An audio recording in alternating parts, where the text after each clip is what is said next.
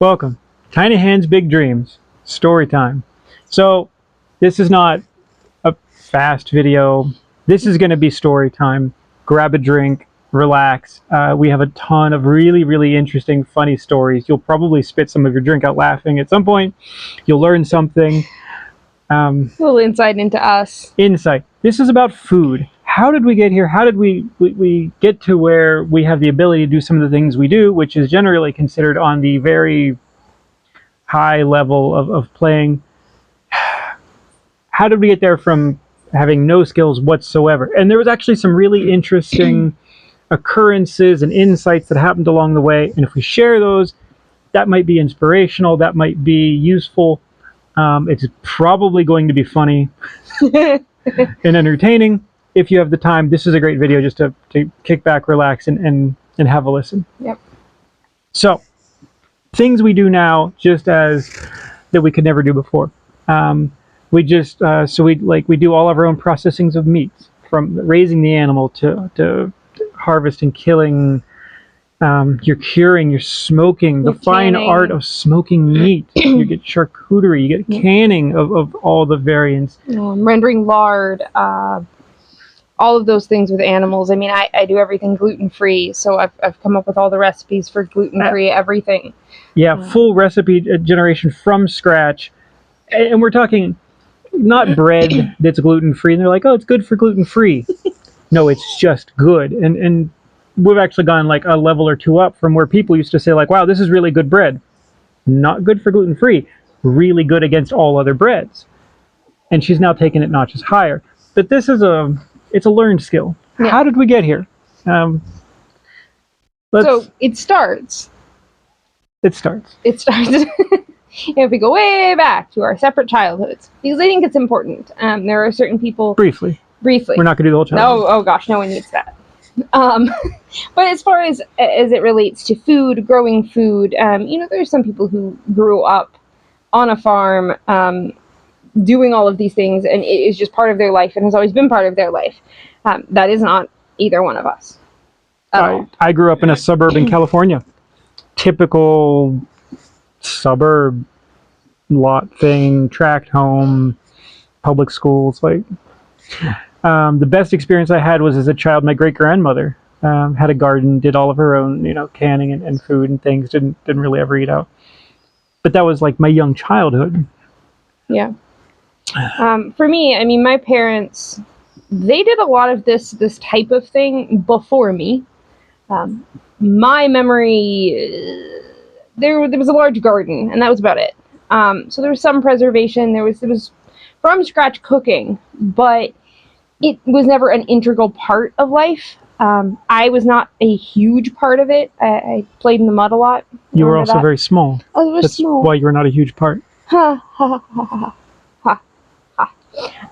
I would go pick the green beans and cherry tomatoes off of the plants, and that's like a very visceral memory from childhood. But that's about it. We didn't do any meat processing. There were no animals, none of that. By the time I showed up in life. And then, through to when we met. I took a liking to cooking and playing around with that. And at first it was, what I could get from the grocery store and just putting things together and being creative with it. I did a lot of cooking. People say I was quite good at it. Side note, I ended up, my mother saw as I was a teenager at some point good at cooking. She goes, oh, well, why don't you make dinner tonight? There's people coming over. I ended up making dinner for a dinner party that included Bill Gates. Random story. So it was just something that I took to and I enjoyed, and I started to sort of amass the little bits and pieces, and you'd buy the gadgets, and then I had like this massive spice collection in like quart jars that took up a significant amount of space. People would marvel at. And you may not know that now if you see the way that our family runs, because you don't cook anymore, which is really kind of funny. Not allowed in the kitchen. Threats are shouted, things are waved at me. Oh, only sometimes.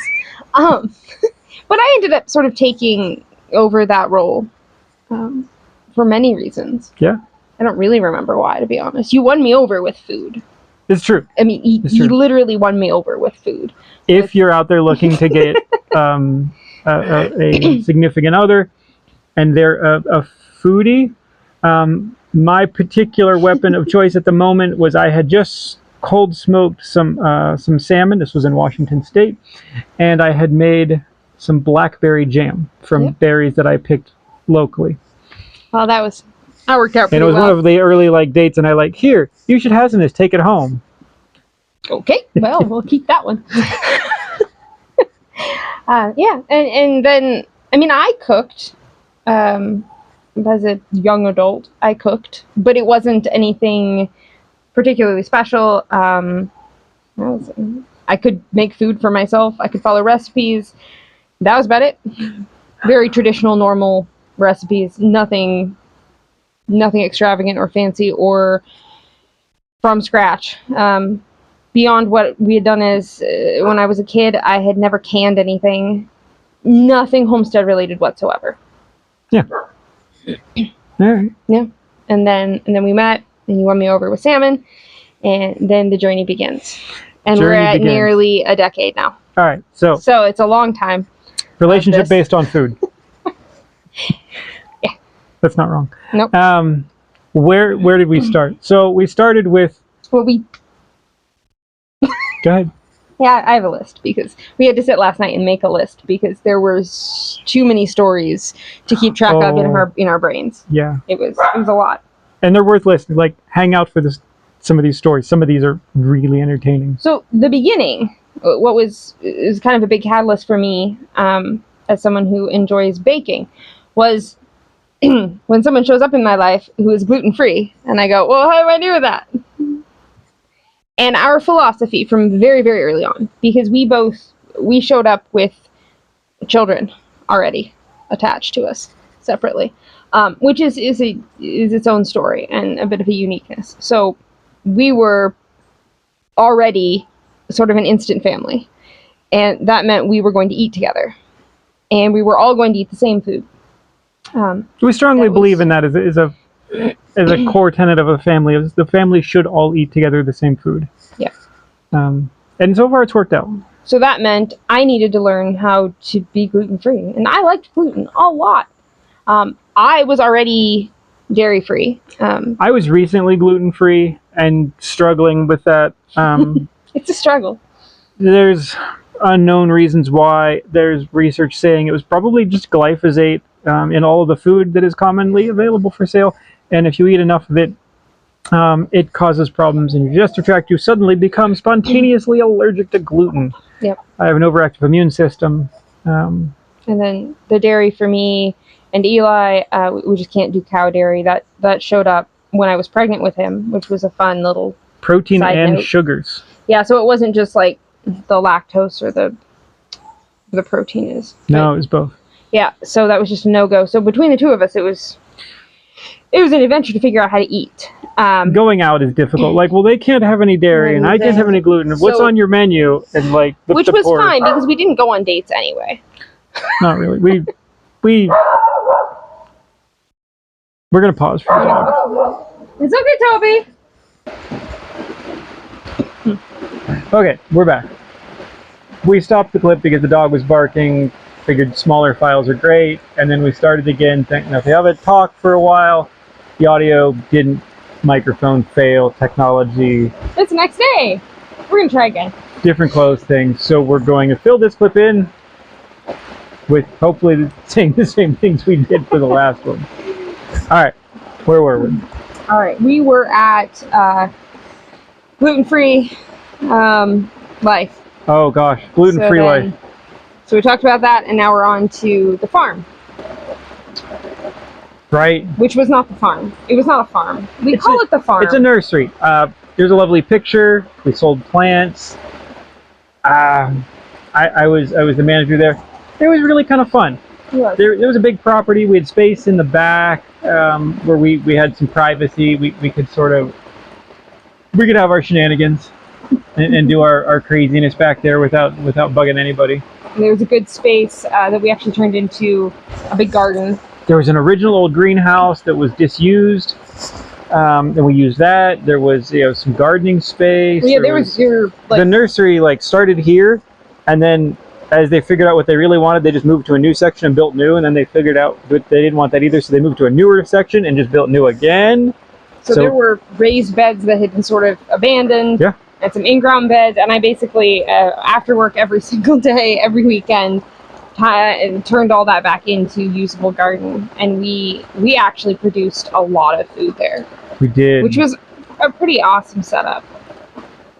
It worked out pretty well. Yeah. So there was a lot of learning there. Learned about kohlrabi.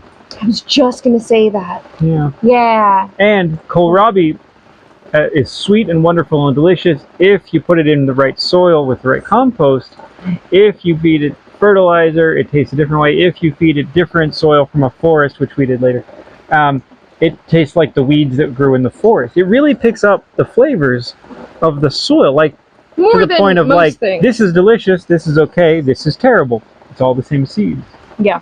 So that was kind of an interesting learning point. An interesting learning point. So we get into... And we had the zucchini that never ended.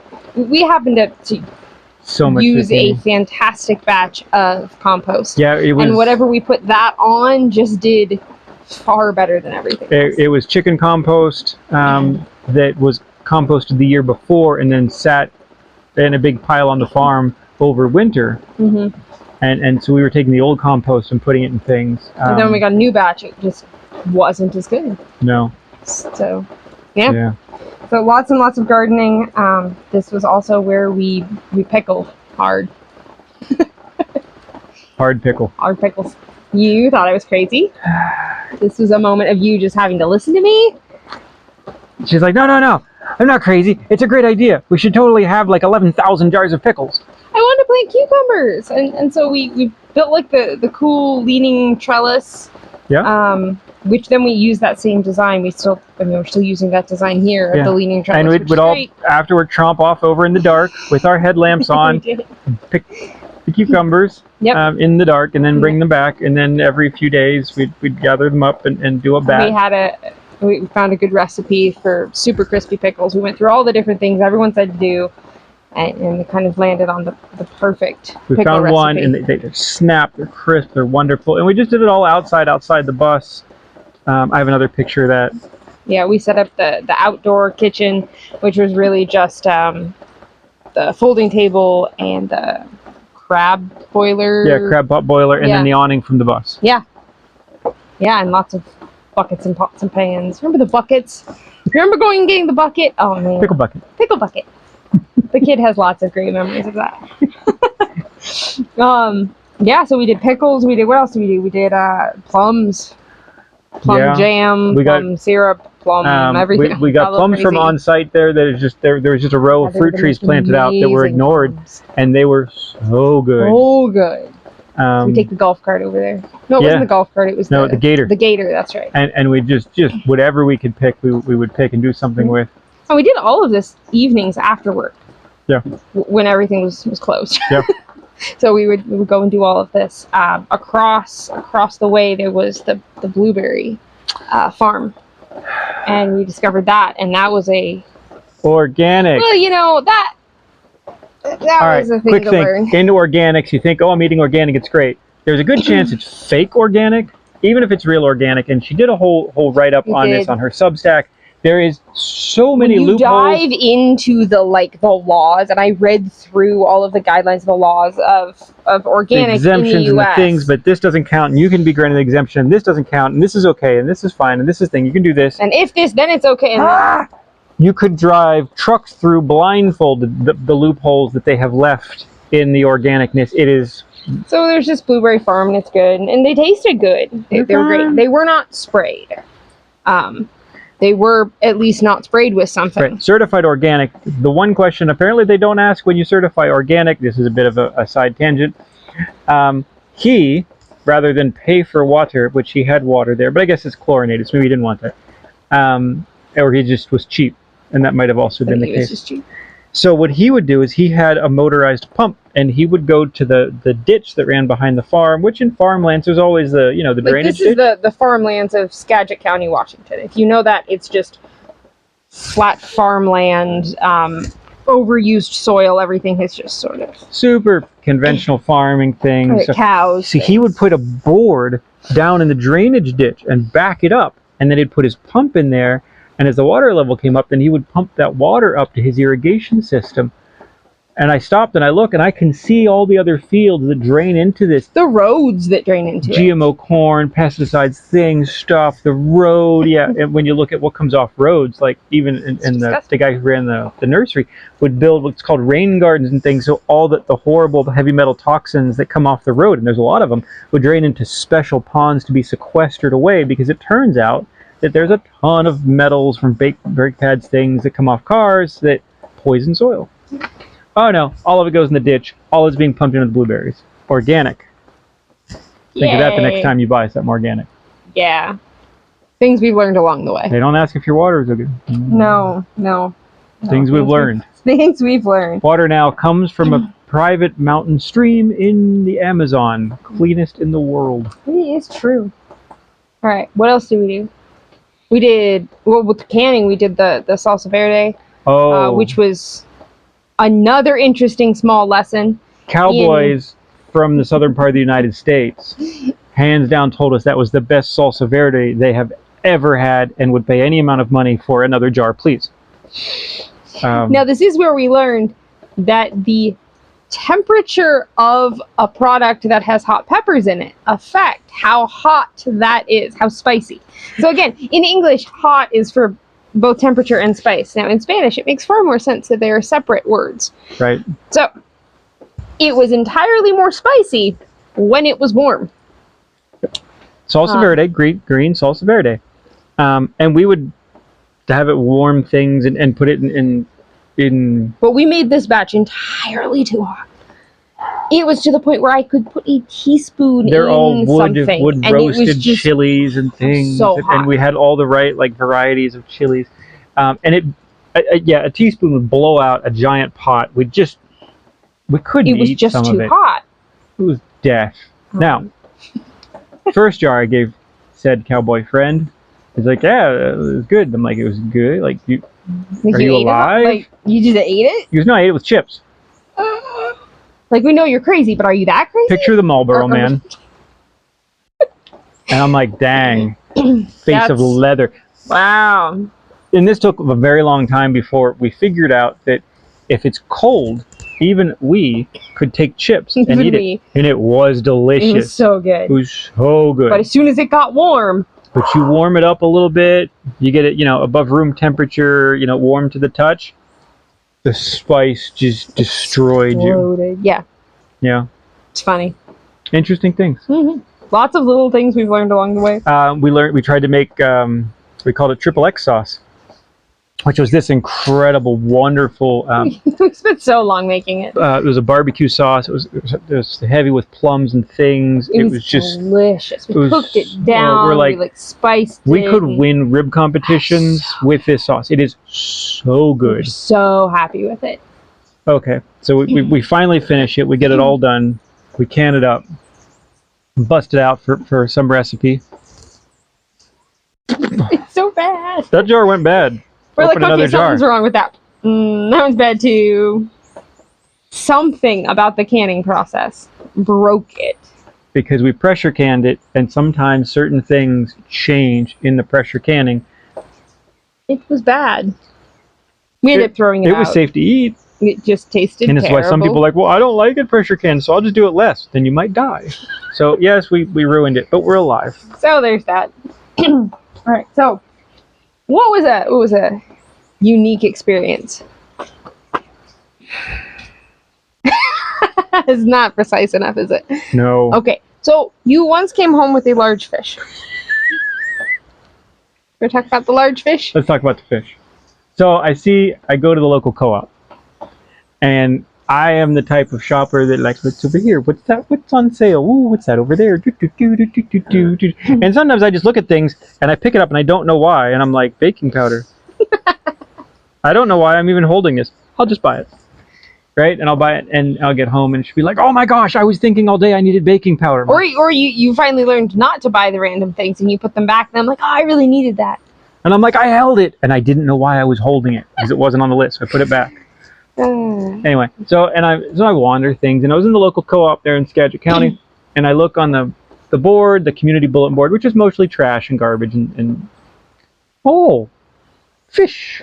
There's a fish. There's a fishing boat. It's like offering their fish on a date, a thing, and hey, that's like in the next day or two or something. Okay. Okay. So let's we're gonna go to fish. So I head up to the port? Yeah, the Port of Bellingham. Port of Bellingham.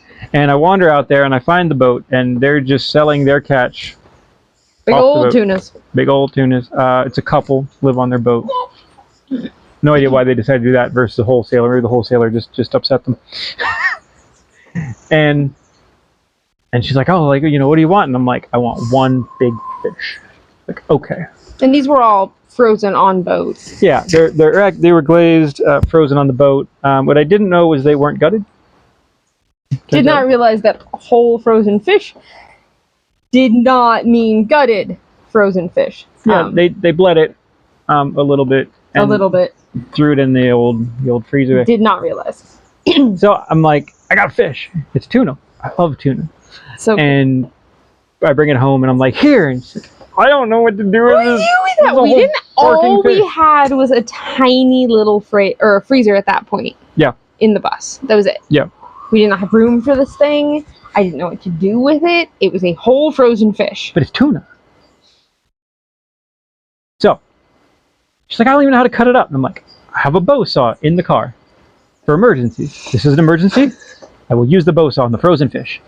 It took both of us to the empty greenhouse to hold these solid frozen fish on the table in the unused greenhouse. I was still dressed for work.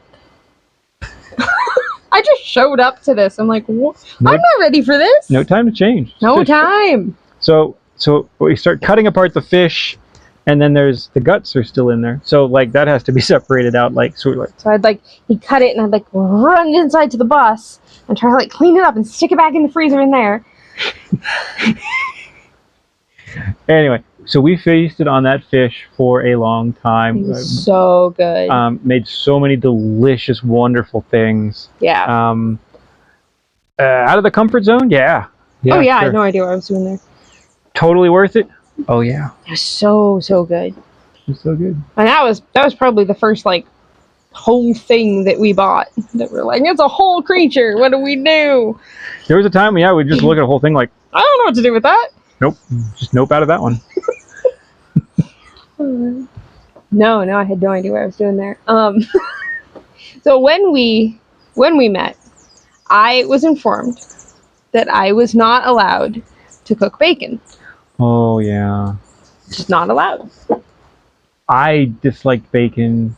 You didn't dislike it. You were vehemently opposed to the existence of bacon. I was actually my major in school. I had a double major of I wanted to go into bioengineering, which is both engineering and biology. So you have to double major, and I was going to work towards that so I could engineer a bacteria or a mold that would basically infest tobacco products and make them totally unsuitable for human consumption because I hated cigarettes. And then they would probably, as a knee-jerk reaction, feed all the crops to the pigs, which would then make all of the pigs unsuitable for human consumption. And therefore, I have eliminated bacon and tobacco smoke, which I hated dearly, from the world. And as a late teenager, this seemed like a fine life plan. You would have regretted that now. At least the bacon part. Only the bacon part. It's true. I would have very much lamented. So I accepted this. My angsty teenage I mean, self. you said I could not cook it. And nobody was allowed to cook bacon in my house for going back a long way, yeah. So I just accepted this. Yeah. I don't know why. I must have liked you. You make allowances early on in a relationship. Yeah. Later on, you tell them, stuff it, I'm doing it anyway, I guess. But early on, if you have things, bring them up early. At least it's not a surprise. Get it on the table, right. So I was just like, okay, there's not going to be bacon. I'll live with that, I guess. And then one day you bought me bacon. And I don't know why. Just bought me Costco whatever brand bacon. Applewood. Like, yeah, probably. Yeah. And I'm like, oh, okay. Like, that's cool. I guess I'll take it home. Yeah, I'm like, it looked good. Made me happy. You like bacon?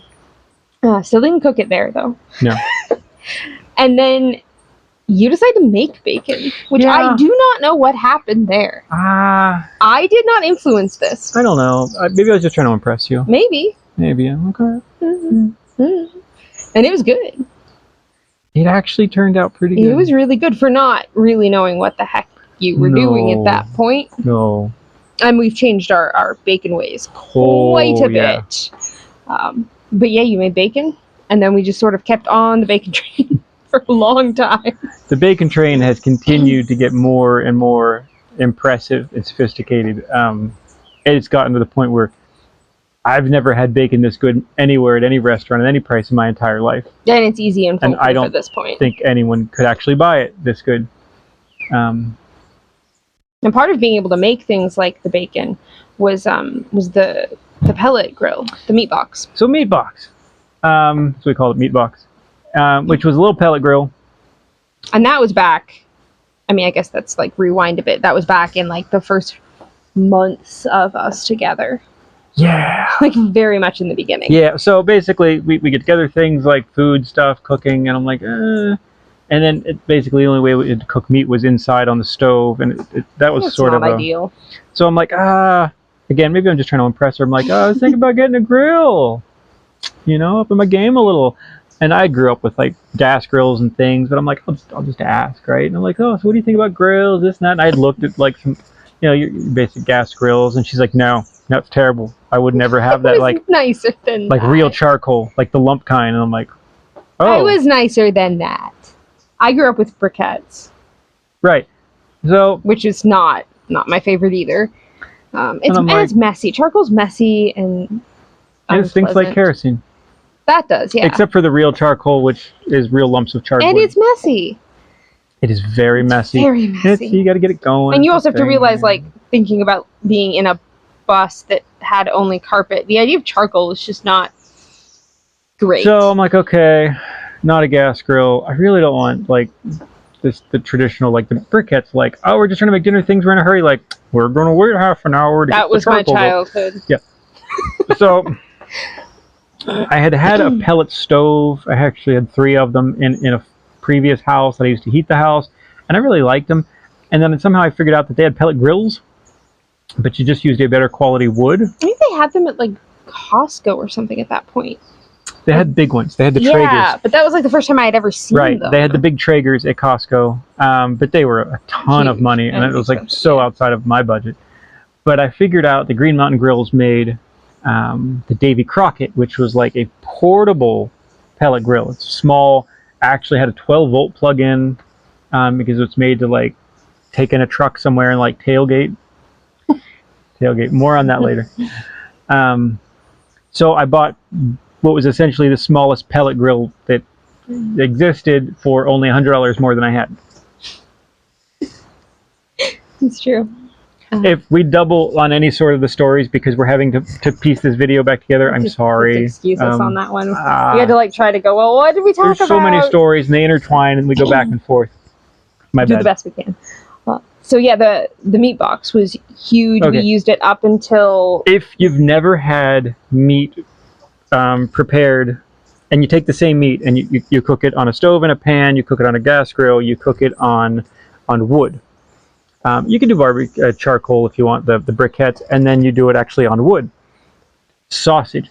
Costco Italian sausage was an excellent demonstration piece. Oh, we ate so much of that too. Cook it on the stove? Meh.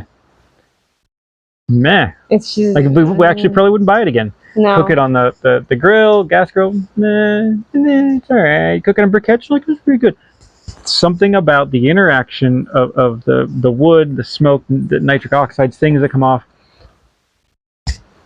thank you, is absolutely game-changingly different. It's not a little difference. Good. It is absolutely night and day, a game changer of different flavor. You all of a sudden you're 2 levels up on cooking skills by simply changing that up. It's like properly smoking something. You're adding that bit of smoke. We did all of our You bacon. take frozen sausage Yeah. and you click the meat Oh box yeah, I didn't on, even thaw it. I would just throw it in and frozen. you chuck it in, and the meat box goes through its warm-up cycle, and it blows a ton of extra smoke. It blows cold air for a minute, and then it kind of like lights itself, and it gets it going, and then temperature comes up, and then it like regulates. The sausage is coming up in temperature. It's absorbing Getting the some smoke thing Oh, while it's so still good. cold, and then it just grills. It's so easy. It was just foolproof. Now, eventually, Absolutely the pellet fantastic. grill, because we used it like 6 days a week, starts to need maintenance. That's another story. Yeah, we went through some parts on that. Yeah. But we ended up using Worth that for what, like 8 years? Oh yeah. Something, I don't know. We used that for so long. 3 controllers. 2 Basically, up augers, until we 2 moved to a fans. country where we knew we couldn't get the wood pellet, so we couldn't bring it. And that was That was it. the only reason we left it. Yeah, otherwise we would have brought it because it would be nice to Knowing have. what I know now, I still would have brought it, and we I would could've- have taken the yeah. wood that we got and found a way to cut it into small enough pieces to still work. It's true. That is true. That was also how we did pastrami. Pastrami was delicious. Now, this was all with store-bought meat. We were not at the point of higher quality meat. It's baby steps. Yeah.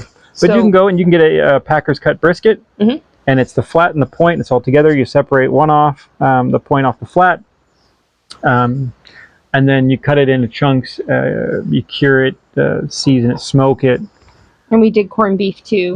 And then we do the pastrami, which was the one step We further. canned the corned beef. Ooh, it's So now you have it sitting on the good. shelf as canned corned beef, which is delightful as a soup. So good. Yeah, that was Corned amazing. beef of goodness. Yeah. So, let's see. One of the things that we learned was the slow cooking. Right. Now, Alton Brown used to go off about no one-hit wonders in his kitchen. And I have believed that my entire life. Alton Brown fans? We went and saw Alton Brown, actually. That was pretty cool. He's a weird old dude. He's a strange person. But we grew up watching his show. He explained the science behind things and stuff. That is our... Yeah. Yeah. I don't like gadgets. I am very anti-gadget in the kitchen. Especially like having small kitchen for so long. I had a rice cooker. And hated this a crock pot, and I would use them. And I had a crock pot, and it failed. It burned the bottom things.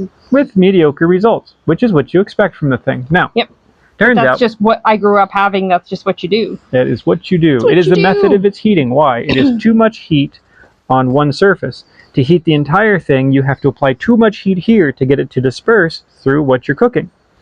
And then it all leaves the top. And then sometimes the top is like many degrees colder, 20 or 30 degrees colder than the bottom. And if it's something thick like a stew, it's going to burn on the bottom. Mm-hmm. Now, which means you have to like baby it, which defeats the entire purpose of the device. Rather than making the bottom 500 degrees to get the top to 70 or 80, what if you made the bottom and then all the sides and including the top 180 degrees? Well, let's see, the temperature drops, but the surface area increases. Well, the math works out. You take a lovely stainless pot, you put it in the oven. I don't know why we didn't figure this out sooner. I don't know why no one figures this out more often. Like, at some point, humanity has been, like, steered away from, you can just take a pot and put it in the oven. Oh, nice shot. I got it. Which I'm sure in the 50s, 40s, 30s, 20s, things was People like a are totally figuring that normal out thing. now, and it's more of a thing, but they use like But a all Dutch of a sudden, oven. we've gone to like we have to have all these specialized devices and gadgets and just things, don't. and like lose all of the counters of the kitchen. And you have to spend all this extra money on these gadgets. Yeah, and they're have a not pot. as good as simply putting a pot in the oven and letting it heat from all sides. And it slow cooks absolutely perfectly every time without fail. So, space recovered, device chucked, money not spent. It was great. Food improved. And I have done that now ever since. Yeah. At least once a week, something is in the oven slow cooking. It's great. What else? So that leads us to pots and pans and things. This was before I had learned the magic of the cast iron. And you told me in no uncertain terms I was to throw away the Teflon. pans, Right, which so- I knew. I wasn't unaware. And she's like, yeah, okay. and I knew it, but it was Sure. a very difficult thing to sort of like And I looked at get it. over. The Teflon's coming off. Yeah. So it's not only been overheated, it's not only losing its essences in an unseeable way, it is losing its actual physical bits of Teflon in a seeable way. To move. Those chemicals never leave your body. Permanently poisoned. Yeah. It was time to move Whole on. family. So we got the stainless pan. And I think we may be repeating this. I feel like we may have talked about this later on in the video. We might have. We might have. I know we talked about the cast iron later, so we'll just touch on the stainless steel in case we didn't then. I hate it. I'm sorry. I know some people just swear by it. No, there's a trick. You get it hotter. You do this. You add the oil here. You do this. You have to add it at this temperature. You have to something. You have to this. Hate it so much.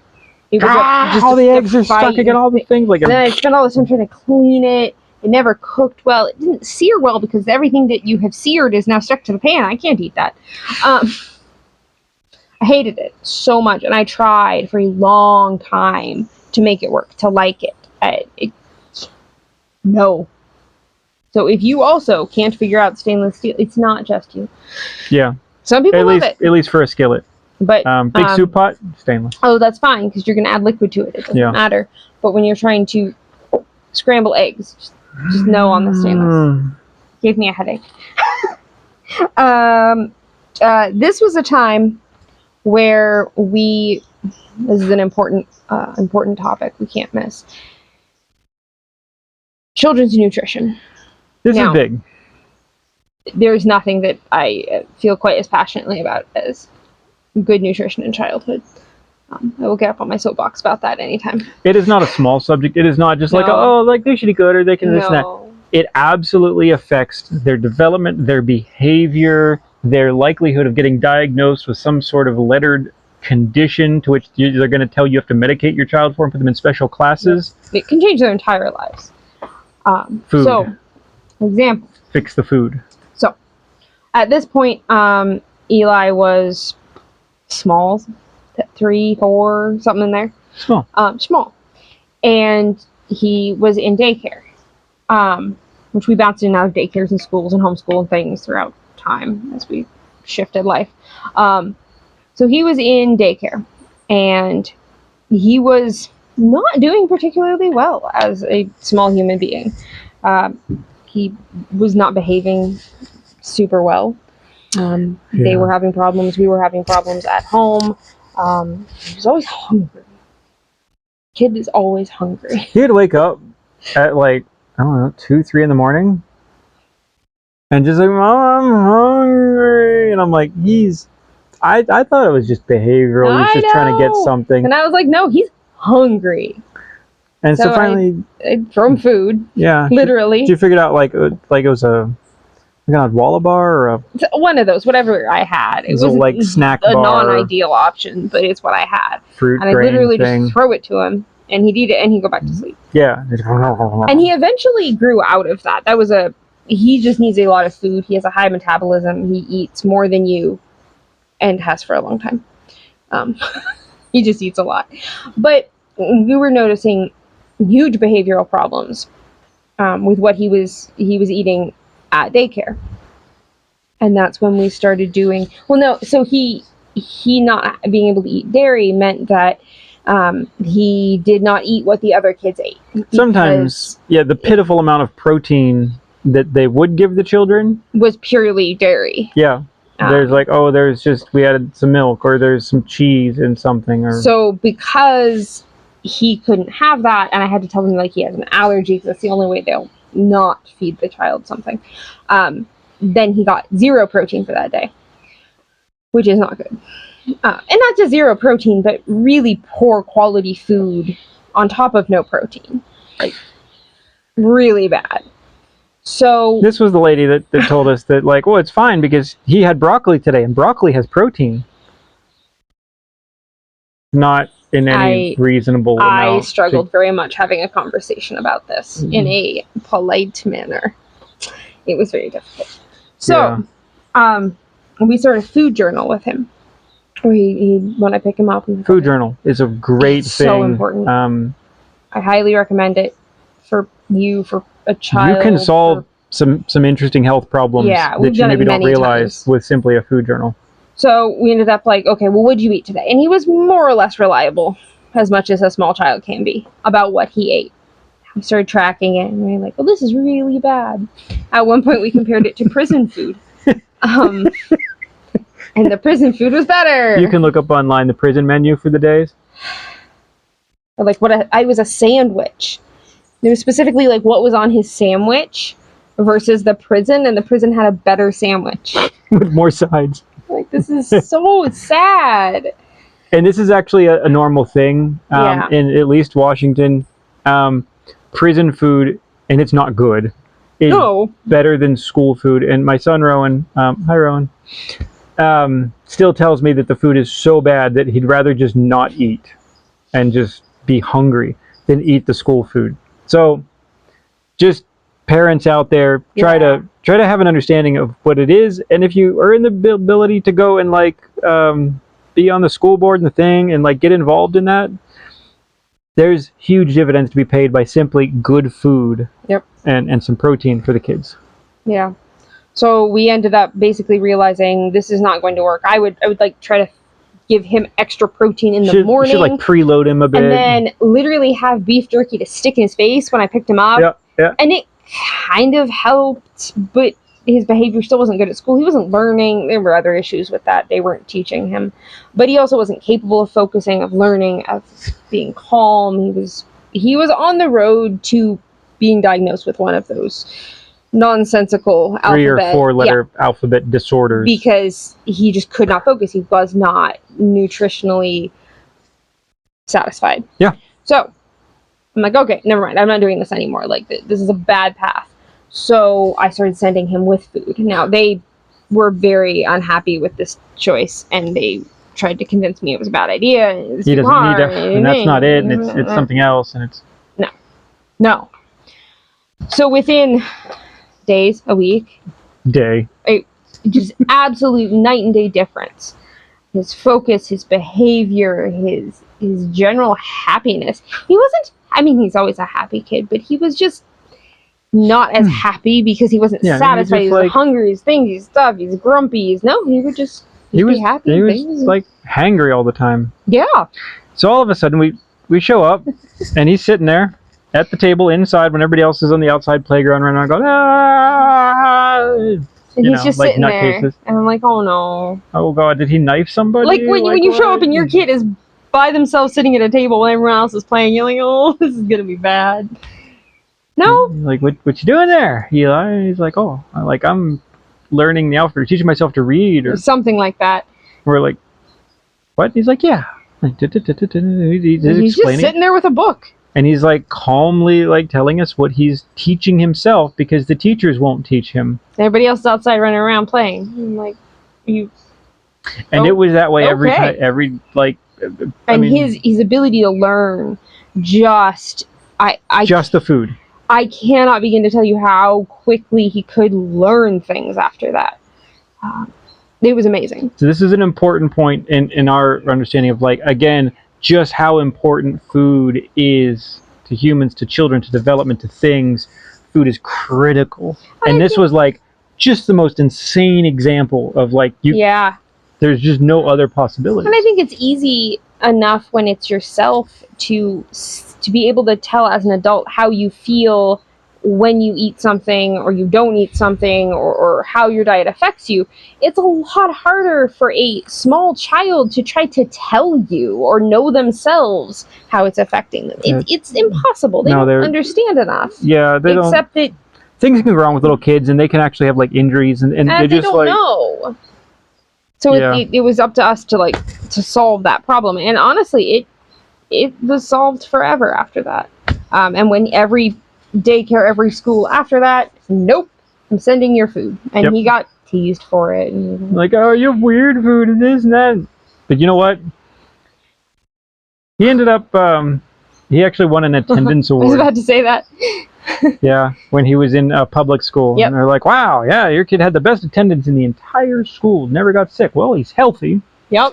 partly he's healthy because of his food. The other reason is, wait, are you saying the unvaccinated kid was the only one who hasn't gotten sick in the whole school? Just leave that there and move and on. walk away. So there were some interesting lessons to be learned from the small child. Yeah. Yeah. The sun and the rain has both come out. So, what else? This is sort of out of order. I think it was in better order before. The snow days. Oh. This started a long line of people being very jealous of us. So, the level of smug was off the scale. Now, we decided to go to Mount Baker. Mount Baker's the closest hill. We started a bit of a family tradition every winter of going sledding. At least once or twice. It's something we could do. Like, we couldn't afford to, like, go and ski or things. Like, and with small children. With a small child. I mean, Eli was only like, he wasn't even 2 years old the first time He looked like one of those kids in the movies with the overstuffed, like, coat that walks out like a gingerbread man. Yeah. That's where you learned the phrase, charge the hill. If you sled down, you got to get back up. You can't just cry at the bottom. But he was so small and so hard to walk. He was gingerbread duck water. A little bit. So, of course, us being foodies, like, most people just take some snacks and things, they call it a day, and they go. Well, the first year, we had only been together a couple we were months. new, and I'm like, oh, well, I'll bring food. Oh, okay.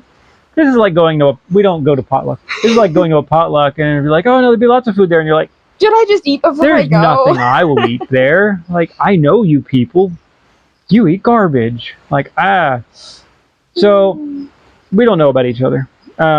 I like, knew you could cook. I was like, you'll be okay, I think. Yeah. I'm sure it'll be fine.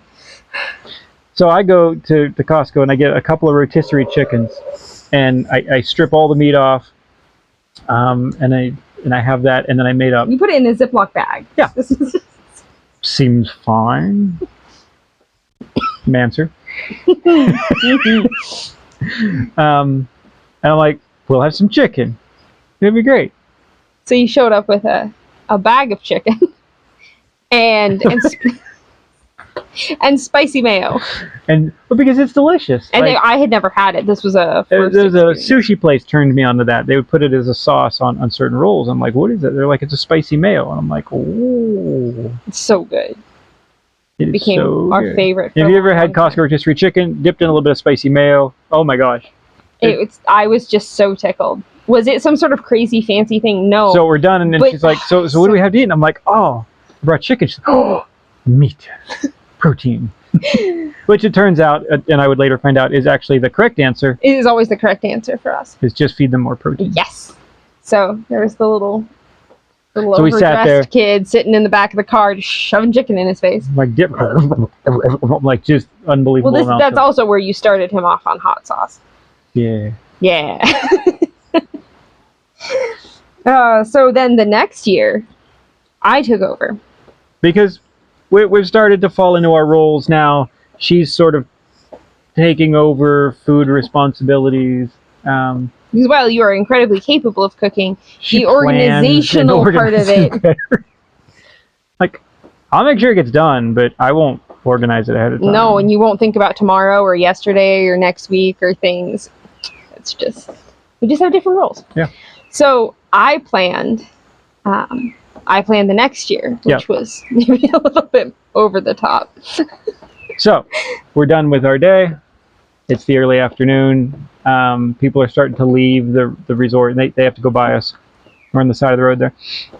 I pull out our folding table, boom, set it down. Pull out our little portable butane stove, pow, get it going. Stainless pot, that goes on. Water, starts making miso soup. Pulls out our little individual packed compartmentalized boxes with salamis and cheese and things and vegetables and stuff and who knows what else in there. So we sat there on the side of the road having our delicious little like mini charcuterie and warm miso soup. And I remember watching so many people go by in cars, and they just like they're tired from the day of skiing. They got out there for like first tracks and things, and they just like have this like power bar stuck in their mouth. And you just see their face like, oh, what do they have? And every one of them, they're hungry. They're all hungry. Why didn't you all bring food? Plan. It's not that hard. And there's no food anywhere near. You got to get no. off that mountain. And You've go got down. like hours to go before you get real food. So you're going to be hungry and tired for the rest of your journey. We are going to have a lovely meal sitting behind the car on the side of the road with our little, It's true. and the smugness at the jealousy of everyone going by was like, maybe we're doing this right. Maybe we're on to something. We're here. on to something, yeah. It was good times. And I know that was definitely one of those things that the kids both remember. And that's something, I grew up, food was very important in all adventures in my family. All of them. If I didn't remember something as a kid of like when we did something, well, the camping trip, where were we? My mom would just tell me where or what we ate. And I'd be like, oh, I remember that. Just instantly. There was, and I'm going to throw we this. have a lot of those. There's a bunch. So I'm going to throw one out of order. It came later. We were in Tennessee. We decide to go. We have to trek over to the good co-op in Asheville, and then trek back because they had the best spice collection. Like honestly, the spice collection was the only reason we went. And that there. was the Trader Joe's too. And the Trader back Joe's. when we were like grocery reliant. Sure. And we actually managed to sneak a date out of that trip because that's when my mom had actually moved to Tennessee, and I was like, "Hey, do you want to be grandma for a day?" So we. Thanks, Mom. So she plans this out. She's like, "Okay, I got this." So it's cold. It was wintry time. It was wintry time.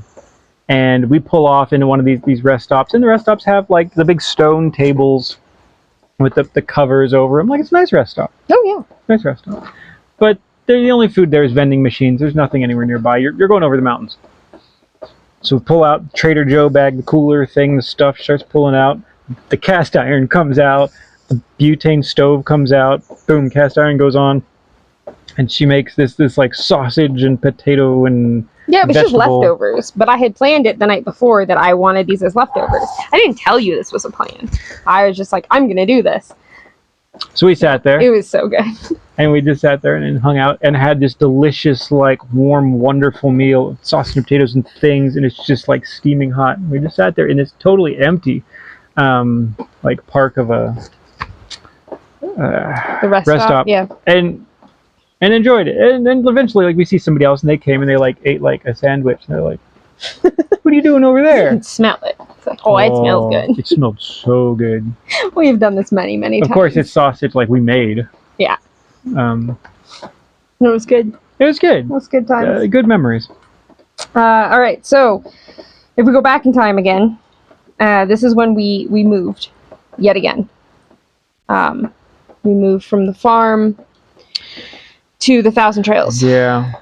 That was a less than ideal time in life. Yeah. We did not intend that move. That was not a plan. No, that the was farm. not the path we were going to take in life. Yeah, it was a beautiful place. The owner, end of life, dementia things, just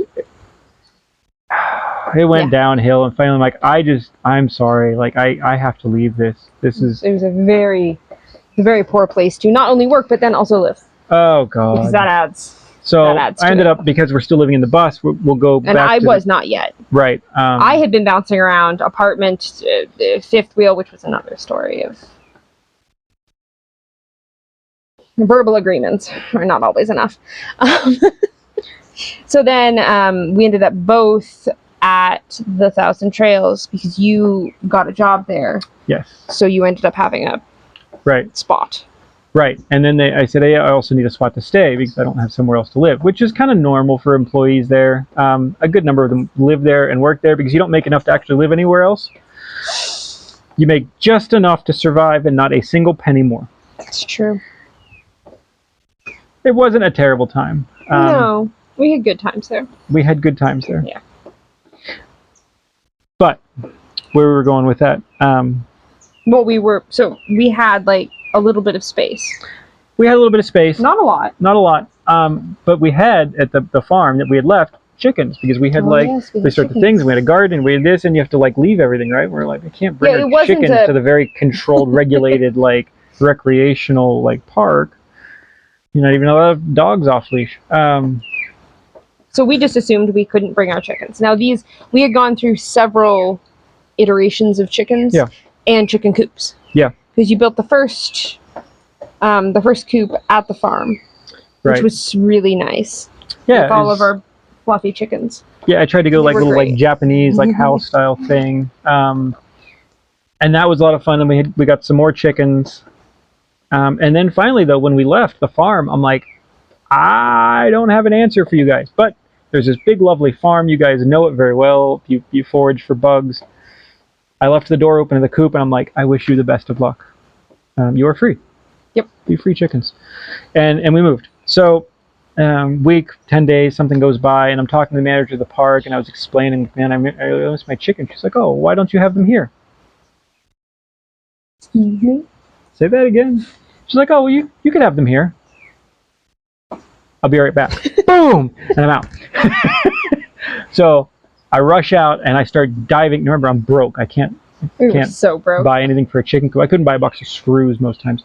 So I go and I start scavenging supplies, and I go through the burn pile for like old wood and things, and I find an old sign that was like vinyl on plywood, and I'm like, oh, that can be a roof. And then I find some scraps of screen and this and that, and I like scrap together a chicken coop and a nesting box and a thing and put it all together in like 3 hours. And I think I get back from work and I'm like, what are you doing? You can tell me. I'm like, what are you doing? Oh, we can get our chickens. Oh, great. Let's go. Right. Now, things did not end terribly peacefully at the leaving of the farm, which was bad for everybody. We weren't really going to announce ourselves to get our chicken. We went in the back way with the lights off, down the little road behind the farm, and we pulled into our old spot. There's nobody around. Like, okay, all right. One of the other workers lived in a different spot on the property. And I'm like, man, I don't even know if they're there. They could be gone. They could have been food for hawks at this point. Yeah, we have no idea. And we go walking over through like all the things down the little path, and I look in the cube with a flashlight. Chicken. Doors are open. There's the chickens. Oh, why are they still alive? That's crazy. Like it was crazy because they shouldn't have been really. We're so like our chickens. So we grab the chicken, we stuff them in a box, and we put them in the car. Right. And we drove back. We're like, we got our chickens. Chicken Run. Chicken Run was good. Chicken Run was good. Now it's important to talk about the eggs. I know we did this in our first round of this particular video. Eggs. Eggs are important. I don't know where you are with your eggs in your life. What eggs you eat. You probably, if you eat eggs at all. I don't know. I don't know who you are. Maybe you should tell me in the comments. Now, eggs from a store, cheap eggs, are cheap eggs. They taste like cheap eggs. You wonder why you eat them. The shells are thin. The whites are meaningless. The membranes are weak. The yolk is sad. Sometimes they color them, but there's not a ton of nutrients there, and they don't taste like much of anything. The membrane between the yolk and the white will sometimes just break anyway. They taste like nothing. They're nutrient devoid. They're as little as they can possibly feed the chicken to get that egg out, and not one bit more. Okay, that's your baseline. And then you have like your fancy eggs, because you're going to pay double, because it says some stuff on the box that probably isn't true either. Cage free. That goes up there with the organic conversation. Oh, I looked into that too, of what all those words mean. They don't mean a whole lot. So maybe they feed it slightly better food, and you're like, the egg is slightly better. You're like, okay, you can tell the difference. It's not a ton. Now, the next step up is people have little chicken runs and a little chicken coop, and they put it in a little fence, and the chickens live on some dirt, and they scratch and they peck around, and they feed it a food from the local farm store, which is a better grade than the chickens get commercially, and the eggs are better. And you're like, oh, I get these lovely farm fresh eggs. Okay. The next step up from that is you still give them a little bit of food, but you let them out, and you let them eat whatever they want. You just let them range around and eat the bugs and eat the plants and eat the things, this and that, and have their little day, and they come back, and the eggs are incredible. They are rich and delicious. The shells are strong. The yolk is intense and dark colored. It is such a different experience. Simply the ingredient of the egg can change a recipe. You can't have a good thing in the end if all your ingredients were shite. And this is one of those. Potato salad. Oh. The potato salad. with the pickles we made. So we made The these incredible- fantastic yeah. pickles. You take the fantastic top shelf eggs that I've never had any better of. And then we were also getting some of the best potatoes I forgot about the potatoes. I've ever had, which were I miss satines. Yeah, I miss them. We used to go buy them from the actual like distributor, which is a giant cold warehouse thing, and we just buy them in the 50-pound in box. Skagit County. Like In Skagit, you can do that. Yeah, And where they were grown. They're still open to the public. Like you have to wait for somebody to come up from their desk and take money, and they're like, money, you know, because they're used to dealing with accounts and trucks. But they were fantastically good potatoes. Best potatoes ever. So you put it all together, you have a potato salad that I would put, I would bet my house against anybody else's potato salad that this would have beat it. Like it was so amazing. And that's the just ingredients. The ingredients make, you know, well, there's also the care and the thing and getting all the flavors balanced, and like there's the skill involved. But you can't do that with poor ingredients and have a good. You're not going to go to Safeway and buy the same ingredients and mix them in the same ratios and get the same output. And that's a huge mistake that a lot of people make when they're trying to cook from scratch and learn. Is okay. I'm gonna follow the recipe. The recipe does not tell you typically where those ingredients should have come from. Yeah. And a lot of people are like, well, I don't have farm fresh eggs. Well, then you are not going to have the same result. Your cake will not be the same. Or your potato salad is not going to taste as good if you buy the pickles. Sorry. That's just the reality of it. And people fall into that trap a little bit. Of when you become a foodie, you good. start to learn that there's a higher level and a higher level and a higher level. And all of a sudden, you get up to a point where you realize that even stuff that was considered really good before, you might just decide to fast that day. No.